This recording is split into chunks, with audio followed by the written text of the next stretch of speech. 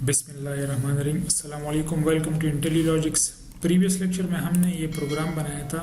दो नंबर्स में से हमने लार्जेस्ट नंबर को प्रिंट किया था और अगर वो इक्वल हो तो वो मैसेज भी हम प्रिंट कर रहे थे।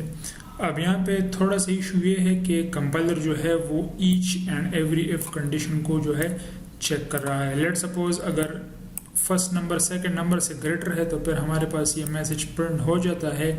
तो उसके बाद चाहिए कि ये जो बाकी का प्रोग्राम है, स्टेटमेंट्स हैं, ये कंडीशंस चेक ना हो, कंपाइलर इनको स्किप कर दे। लेकिन चूंकि हमने मल्टीपल इफ यूज़ किया है तो compiler each and every if condition को चेक करता है।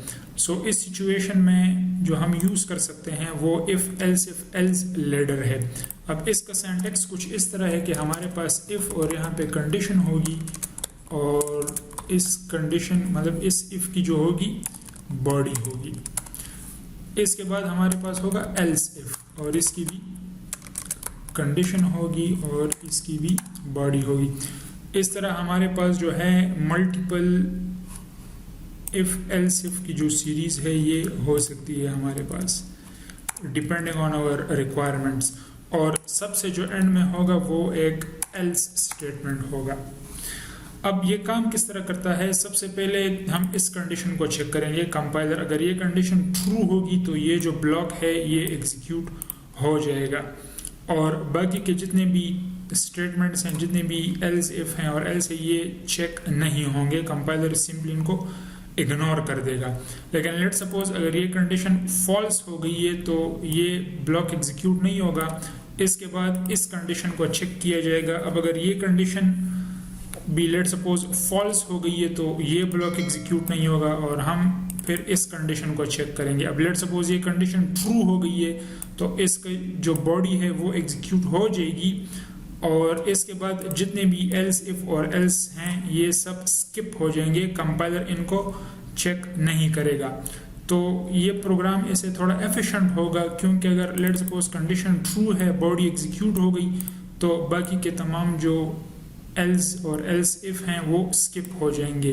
तो इस वजह से प्रोग्राम जो है एफिशिएंट होगा, वो गैर ज़रूरी चेकिंग नहीं करेगा।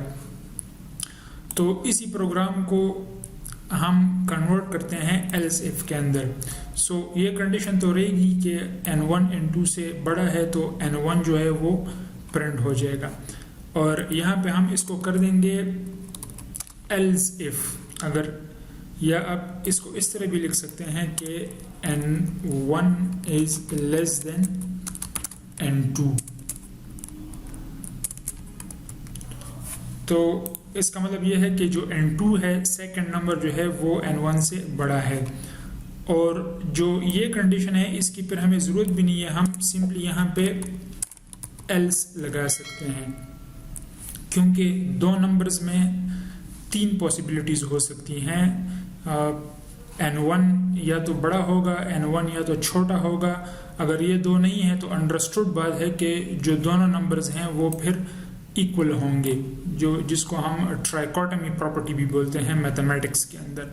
अब अगर इस प्रोग्राम को मैं एग्जीक्यूट करूं तो एग्जैक्टली सेम आउटपुट जो प्रीवियस हमने प्रोग्राम बनाया था उसी तरह होगा। लेकिन ये जो प्रोग्राम है तो 4 और 5 में जो है 5 जो है ये लार्ज नंबर है, लेकिन ये प्रोग्राम ज़्यादा एफिशिएंट है। अब दोबारा इसको एग्जीक्यूट करते हैं। लेट सपोज ये जो फर्स्ट नंबर है, फर्स्ट नंबर 10 है और सेकंड नंबर 5 है, तो इसमें प्रिंट हो रहा है 10 इज़ द लार्जेस्ट नंबर। इसके लिए ये कंडीशन ट्रू हो गई, 10 इज़ ग्रेटर देन 5, ये प्रिंट हो गया और बाकी के जितने भी एल्स इफ हैं ये चेक नहीं होंगे। तो इस वजह से हम कहते हैं कि ये थोड़ा सा एफिशिएंट है, ये जो लेडर हम यूज़ करते हैं।